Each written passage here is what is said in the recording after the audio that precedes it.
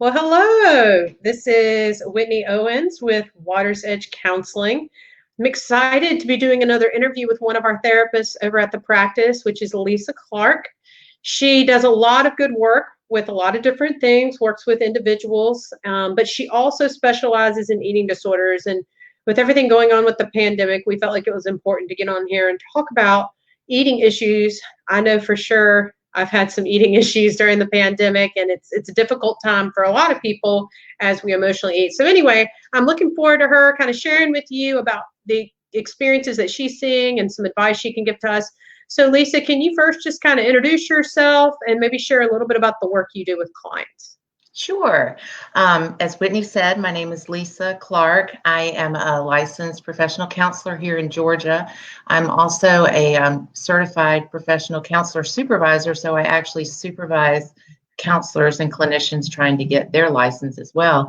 So I kind of do both of those things. I've been doing this for a while. I have been a clinician for a long time. I spent some time doing some administrative work at psychiatric hospitals and outpatient clinics and that kind of thing. And so I've kind of had a broad view of the inner workings of facilities, as well as actually being a provider myself and working with people and helping them try to get better and understand why they do what they do and why they behave the way they behave.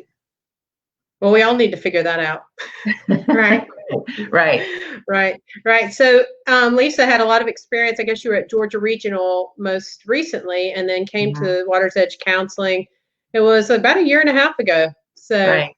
yeah, and while you've been working, can you talk, I know you do eating disorder specifically. Can you talk about some of the other issues that you help out with as well before we get into that? Sure. I spend a lot of time working with young adults who have anxiety and depression and just a lot of life stressors. And we basically look at what's going on in their life right now and how we can make things better. They might be having relationship issues, or sometimes I work with parents who are having issues with their children, or, just different young adults, young professionals. Single parents, just a lot of different things with people. My main group right now seems to be college students. I seem to be seeing a lot of them, which kind of actually makes sense with the way things are right now. They're not in school. Everybody's world has kind of been turned upside down. What I typically like to do is kind of just get to know them, establish a little bit of a relationship, find out about them. And I'm always very interested in their family of origin. I feel like, what has happened kind of in our past, is the reason the way we are. Maybe there were things in our life that were really good and we brought that with us. Maybe there were things in our past that didn't work so well, and they kind of need to be addressed, because that really drives where we are now and how we gain some insight into our current selves and move forward and work on living our best life. So a Oh lot of yeah, that's awesome. yeah, a lot of historical stuff. I also am very interested in what people do for work, or if they're a student, or what their career choice was, or whatever. I think that plays a lot into how did you get to be where you are now? How did you decide to be a doctor, or a teacher, or whatever, and just kind of, again, create some insight and more self-awareness for the client. Yeah, yeah. So you also specialize in eating disorders. Can you talk a little bit about what is an eating disorder? How do I know if I have an eating disorder? That kind of thing, because it's kind of a different world if you don't specialize in it or know much about it.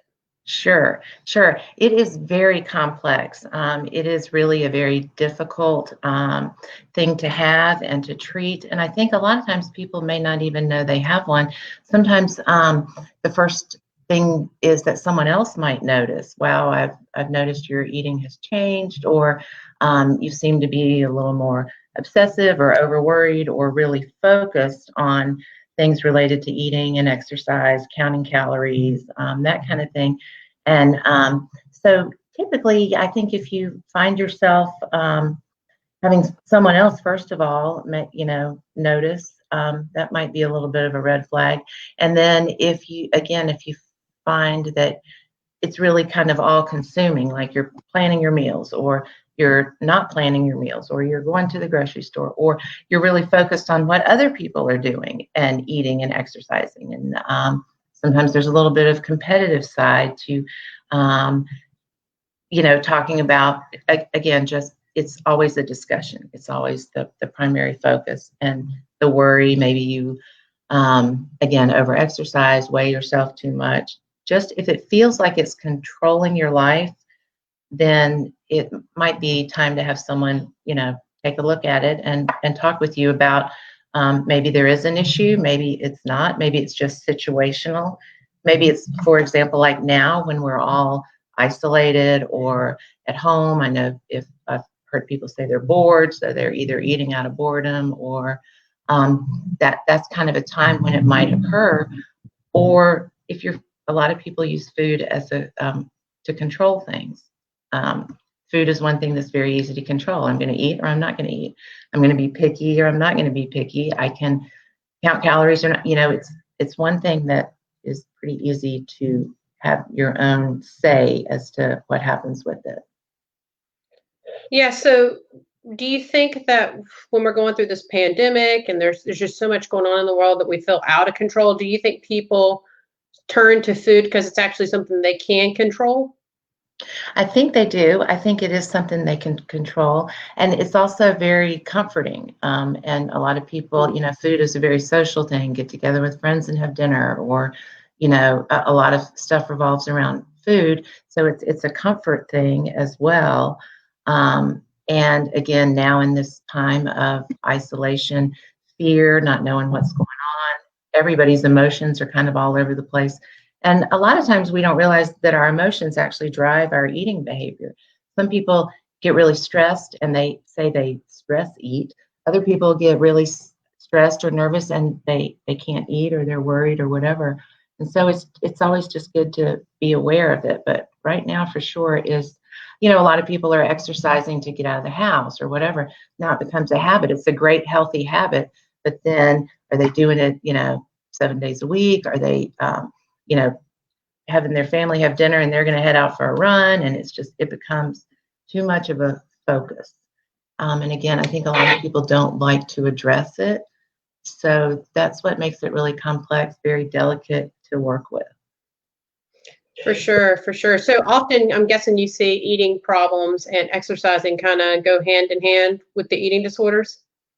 Yes. A lot of times, and if you think about, in today's society and people's self-image and, all that kind of stuff, someone might decide, hey, I think I'm going to just try to get healthy. I'm going to look at my nutrition, just make that a good, something to work on.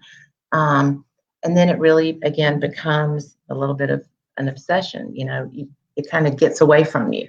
And now your friends are saying, are you going running again? Or you might get an injury, something that is just, again, overdoing it.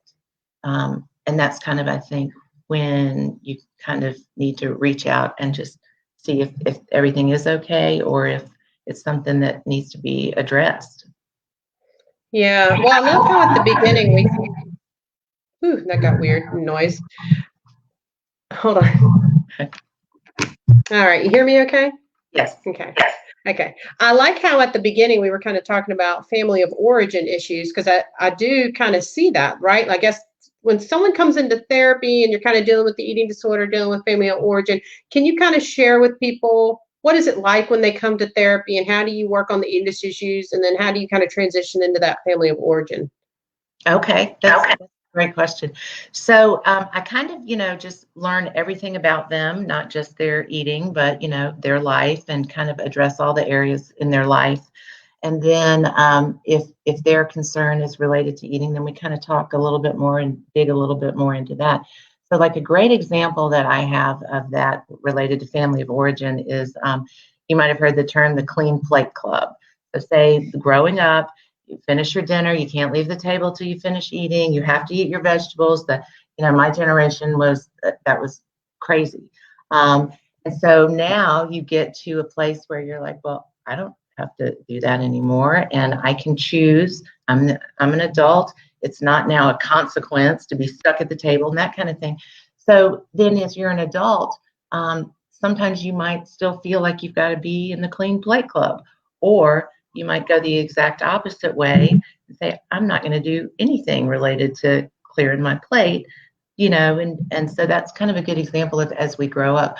Or, in families, again, that if that is just the whole focus, we're going to bake cookies today, or we're going to do whatever, we're getting together with family and we're eating, and the whole, like, they don't have a balance, like that's how that family operates, versus, hey, we're going to go whitewater rafting today, or hey, we're going to go do something. Then again, once you aren't involved in that daily thing environment, then you may go the whole opposite way. Like eating is going to be a non-issue in our family. So we might skip dinner, or we're going to go for a walk or whatever. And so again, it's if there's a balance that's off. And then sometimes if you have, again, parents or brothers or sisters or whoever that are really obsessed about it, or maybe you were teased as a child, maybe you were too skinny, or maybe you were too heavy. And a lot of that, it's really important to process that, so then you can kind of have some insight and acknowledge, and then, move forward with a better understanding of some of your behaviors. That's so good.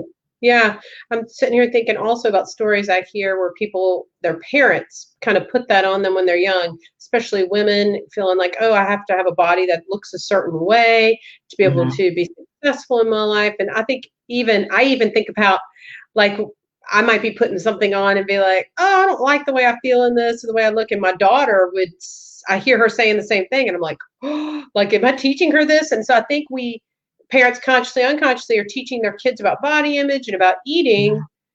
And then they get into therapy and realize, oh man, that really impacted me. Right. Yeah. A lot of appearances and how you look and how you dress and all of that stuff sometimes can kind of get away from us. So, Lisa, let's say somebody's listening to us chat right now and they're like, oh, I wonder if I have a problem. I didn't think I did, but maybe I do. What advice would you have for them? Well, again, I think it's really kind of a delicate, scary thing. A lot of people, don't want to address it, don't want to know if it is a problem. The best thing to do is just to talk to someone, like, reach out to us at Water's Edge Counseling. It would be very simple to do a quick evaluation assessment. If there is an issue, then we'll take care of it. If there's not, then you know that you currently don't have a problem. So, the goal is to have some relief, whatever it is, whether relieve your worry that you may have one, or find out that you don't, and you're basically pretty good with your nutrition and eating and healthy and all of that. But it is important to just find out. Yeah, well, that's good. Well, thank you for coming on. I think my audio is acting funny. My computer's probably tired of me today. But thank you for taking the time to talk with us. And I have the link to our website. If people want to get in touch with Lisa, you can go to the website and give her a call and learn more about what we're doing. So thank you for taking the time. And I think what you said was really important and valuable. Sure. Thank you, Whitney. It's good to see you.